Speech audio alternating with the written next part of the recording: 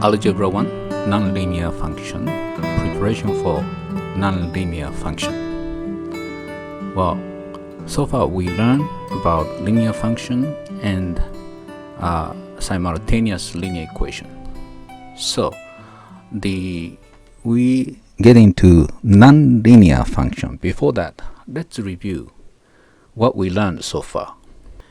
In the beginning, elementary school,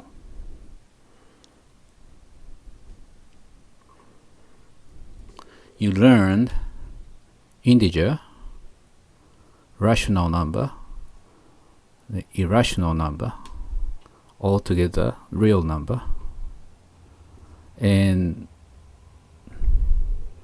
imaginary number, like square root of -1 is I, right? Well, maybe you learn in the middle school. Either way. And you learn how to do add, subtract, multiply, and divide for those numbers. Okay, now algebra 1 start with a new number called unknown number. So if it's unknown, how can you do add, subtract, multiply, divide?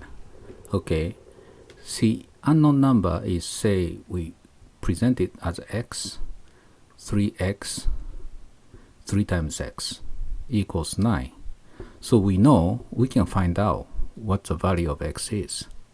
So this is the equation solving for x.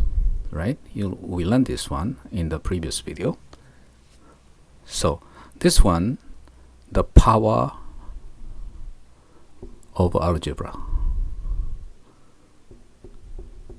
Okay, so once you know how to solve for x, then any problem you can make equation using unknown value x. Okay, that equation you solve, then you can determine unknown value x. Okay, now from there we put two unknown values, right, in the equation. Say y equals 3x plus 1. Okay, if you have a two unknown value is depend on the x, the y value is different. So y depend on x. So if you can give any value to x, we call that unknown value variable. Okay, and this is the value you can determine is independent variable. The value depend on other value is dependent variable. Dependent variable. This is independent variable. We learned this too, right? Okay, so far so good. So we learn one particular kind of two unknown value, and this two unknown value we call that function.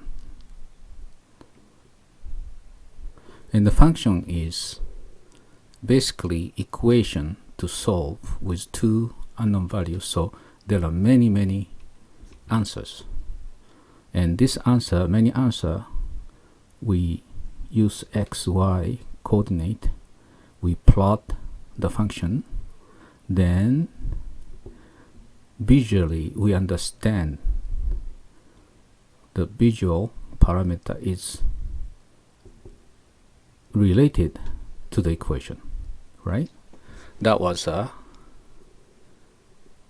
linear function because all the valid solution is on a single line. So since it's on a single line, if somebody said, I know the solution is here and here, and everything else you can recreate the function from 2 points, because line go through 2 points. Okay, so that was a linear function. Then we talk about simultaneous linear function. You have two equations. Y is m1, y equals m1 x plus b1, and y equals m2 x plus b2. Now what's happened is you have a two linear equation. There is always a intersect. This intersect the value x1, y1 is going to satisfy both. We call that solution for simultaneous linear equation, right? And this simultaneous linear equation is again very powerful way to solve the problem. So power of solving problem. In the last video we showed many examples of how to solve the chasing problem and the condition problem, right? So far we learned up to this point. But in the nature or human society, there are a lot of non-linear problems you cannot solve using linear function. Okay, and I show you the example. Let's see, when mass m drops from the sky, it's a physics, mass get acceleration due to gravity. According to Newton's law, acceleration A is determined by the following formula. Acceleration is force divided by mass. This mass and force is gravity determining acceleration, right? There is a constant acceleration. Speed increase as speed will increase indefinitely until air friction counteract gravity. The object M hit Earth's surface.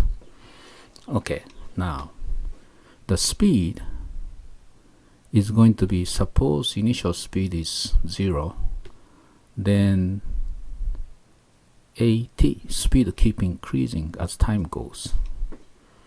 Okay, that's cool. How about the distance? How much it's for the distance d? The d is going to be at square. Okay, so this is not a linear function. How did I come up with this? Let's look at this. Suppose speed increase v1 to v2 during this time, right? Then average speed is v1 v2 half, right? So d is v1 v2 half t. Okay, so v1 v2 is at, so it's going to be at square plus v1, and the initial speed is 0, then this. So nature already show you the nature is not linear, and nonlinear function, something like this, if you plot it in x and y, it's not going to be a straight line, because when t increase, distance increase faster. T increase, this is straight line, but actually distance increase faster, so it's curved. Okay, so we have a general form of function like this: y equals a x squared plus b x plus c. Okay, so that is nonlinear function. What is a characteristic of nonlinear equation? When the rate of change is constant, it will be in the range of linear equation. When the rate of change changes, then it will be the problem running. Okay, so what it's saying is, if rate is m, is fixed, constant, then it's a linear. Okay, example of nonlinear problem is gravity, various physical science, economic analysis, finding minimax point of the parameter. In the nonlinear equation, the function plotted in xy coordinate is not a straight line. The first basic type of nonlinear function we learn in algebra is called quadratic function. Quadratic function is square and has a linear portion and intercept. Okay, so gravity function is nonlinear because the rate of speed changes, the height of object changes, the force is not constant. Okay, so which one? Gravity is the rate of speed. Rate of speed is constant in the gravity. Oh, so rate of speed changes, yes. The height of object change, no. The force is not constant. Force is constant. The speed keep changing, so distance equation become nonlinear. Okay, so the first nonlinear equation we learn is quadratic function. Okay, so we meet you in the next video. Thanks for listening.